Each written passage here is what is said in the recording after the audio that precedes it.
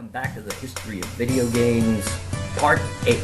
Today we'll take a look at the 6th console generation, the fall of Sega, the continuation of the PlayStation's dominance, the emergence of a new major console manufacturer, and video arcades.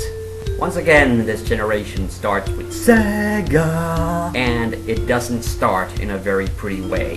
Its Sega Saturn system had failed to compete with the Sony PlayStation in North America and Europe, and it was soon to fall into a distant third place behind Nintendo 64! With no obvious way of catching up to its competition, Sega only saw one way out of this desperate situation, and that was to discontinue the Sega Saturn in North America and in Europe in 1998.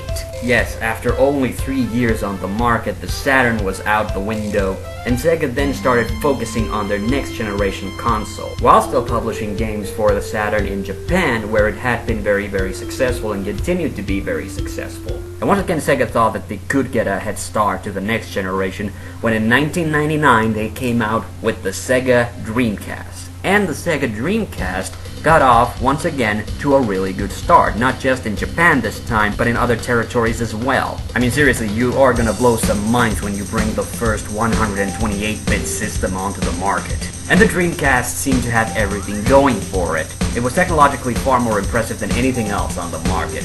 The games were critically acclaimed and most of them sold pretty well. And Sega fans everywhere, of course, rejoiced when finally Sonic the Hedgehog made his jump to 3D, something they hadn't been able to do on the Saturn, which is a long and complicated story and I won't get into now. And the Dreamcast was about to take advantage of one of the first big technological innovations of this generation, which was online multiplayer. So all these things combined, why did the Dreamcast then got discontinued in 2001? Yes, 2001.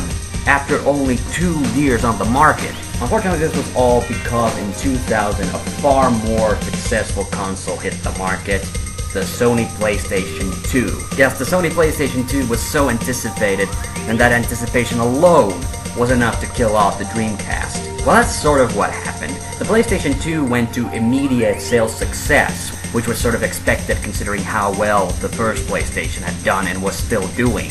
And unfortunately, the spike in PS2 sales ate up sales expectations from the Dreamcast. And this happened at the worst possible moment. Sega was still recovering from the financial losses it had suffered with the Saturn, and the Dreamcast success would have been instrumental in getting them out of the hole that they had dug themselves in the previous generation. But unfortunately, the popularity of the PlayStation 2 meant that the spotlight was quickly stolen away from it. And finally, Sega did have some problems with its online services and things like that. Point being that it quickly realized that there was not going to be much of a future for the Dreamcast, and so they pulled the plug, bringing an end to Sega's tumultuous 19-year history as a console manufacturer. But some good would follow from this. Sega and Nintendo made up. Nintendo started releasing Sega's games on their system, and Sega found itself a fairly sustainable existence as a game developer. What about the PlayStation 2? Well, like I said, the PlayStation 2 went to instant sales success. It sold almost 50 million units more than the first PlayStation, which sold even more thanks to the PlayStation 2's support, and it became the best-selling console of its generation. And that's it. No, seriously, that's it. There was nothing new and revolutionary about the PlayStation 2. It was literally just the same console, only with better components. Why do you think it was compatible with PlayStation 1 games? Even the controller was exactly the same. Okay, there was something quite unique about the PlayStation 2, and that was the fact that it was an affordable DVD player.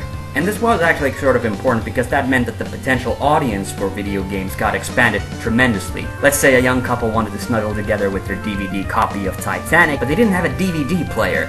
The Sony PlayStation 2 was in fact the most affordable DVD player on the market. So they bought it, things went well. A couple of years down the line we hear the pitter-patter of small feet, at which point the folks go, hey, you know what, this plays games too.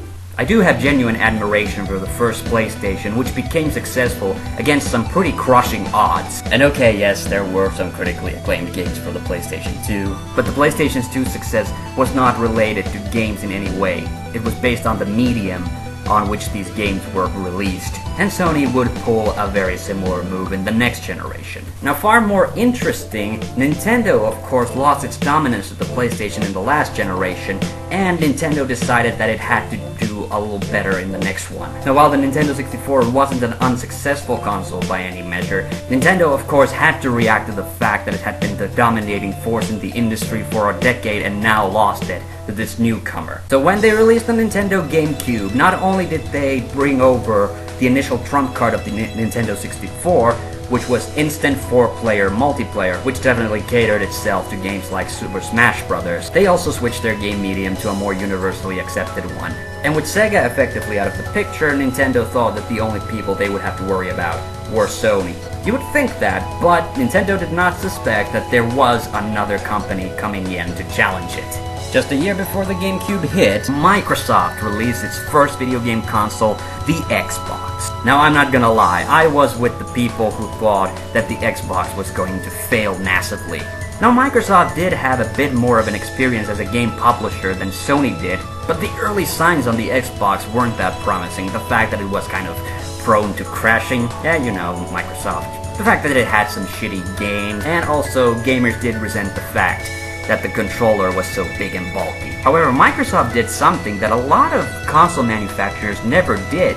What did Atari do when the 5600 turned out to have a defective joystick? It just said, fuck it, and chucked that shit out. What did Sega do when its Master System failed to compete with the NES? They just said, fuck it, release it everywhere, and by chance, they got some support in Europe. What did NEC do when the TurboGrafx failed to compete with the Super Nintendo and Mega Drive? They just said, fuck it, and gave up. Microsoft didn't give up. What did it do when people complained about the Xbox's bulky controller?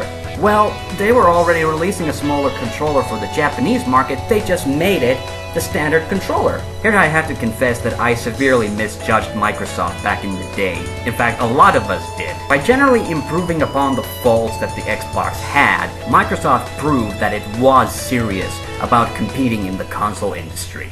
Which again, kinda looked bad for Nintendo. Now they actually had a serious console besides the PlayStation to compete with, and as a result, the GameCube became only the third best-selling console of the generation. It wasn't that much far behind the Xbox, but point being is that they lost out to them. However, this generation is also the first one, really since the second generation, that no less than 3 consoles could coexist sort of successfully and sort of harmoniously together. I mean, yes, the PlayStation was almost invincible in their dominance and sold 3-1 in comparison to the Xbox and GameCube. But the Xbox started to actually develop into a very respectable gaming platform, and Microsoft applied what it learned from the first Xbox when they released its official follow-up already in 2006. And the GameCube, while it didn't do so well, did have a bunch of really high-selling games, but I argue that the reason it had a difficulty competing with the Xbox, it kind of lost the one edge it still had in the last console generation. I mean, yes, this whole thing with the cartridges versus CD-ROM things, it did slant the game production in the favor of the PlayStation, but Nintendo also had a lot more companies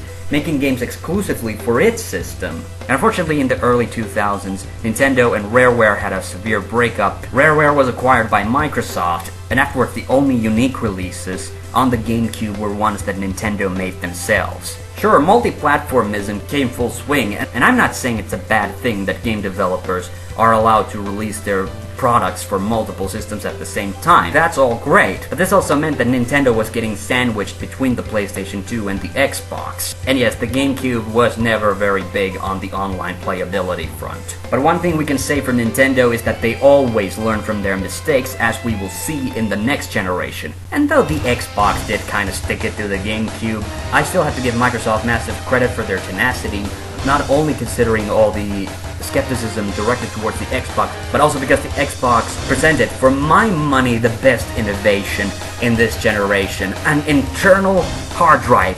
Yes! Goodbye, stupid memory cards. Now it's time to talk about video arcades. We sort of mentioned them in passing before, but we've never really stopped to talk about them. Now, as I mentioned, the video arcade started to get really big in the late 70s and really exploded into massive popularity in the early 80s. And the reason the arcades remained so popular for so long was the fact that for the longest time they were technologically superior to any video game console that was currently out. I mean, think about it, there is a reason why an arcade cabinet is so freaking big. It's not just to look impressive, but also you have a lot more room for all the technology and components that you need to make your games awesome. So the arcades, in many ways, were a bit of a testing ground for everything that would be really big and awesome about console gaming. I mean, yes, Nintendo stopped making arcades pretty much after the Famicom came out, but Sega still relied rather heavily on their arcades, well, mainly because they were having difficulties competing with the Famicom. And the release of the Mega Drive was the first time that home consoles took a major leap technologically towards what arcades were at the time. I mean, yes, the arcades were still much more sophisticated, but point being, the consoles started to catch up. The arcades were also the place where we started to see that 3D would become the next big thing in the future. And arcade games were still very big in the 90s. It was important that consoles such as Saturn, the PlayStation, and the Nintendo tried to get as many of these big arcade gaming companies on their side as well. But during the 6th console generation, that dynamic collapsed. The Dreamcast alone was a hellishly impressive piece of machinery. In fact, it pretty much closed the gap between consoles and arcades. Before that, the only company that had even tried to do that was SNK Playmore when they released their Neo Geo AES, but the Neo Geo was never destined for sales greatness, which is why we haven't mentioned them in this video series. And the 6th console generation kinda took away the novelty that you got from going to the arcades. I mean, why waste your pocket change playing this game a little bit at a time when you could just buy the console version and play it as much as you liked at home? At least this is how it's gone down in the Western world. In certain parts, like Japan, arcades continue to be very popular, and we must recognize the arcades as an important part of the video game industry as a whole, and I thought that I just mentioned them at the end of this video, because they're not gonna come up in the next generation at all. No question for next time, just like to take a second here at the end to talk about the series as a whole. Next time, of course, we're gonna be finishing up with the current console generation, the 7th console generation, and then originally that would have meant that the history of video games would have ended with part 9. But I hate ending on an uneven number, even if it happens to be number 9. And because we've completely overlooked the history of computer gaming throughout the series, well, History of Video Games Part 10 will be devoted entirely to computer games. But I'll talk a little bit more about that at the end of part 9. See you on the next one. Sega! Nintendo 64! Nintendo 64! Nintendo 64!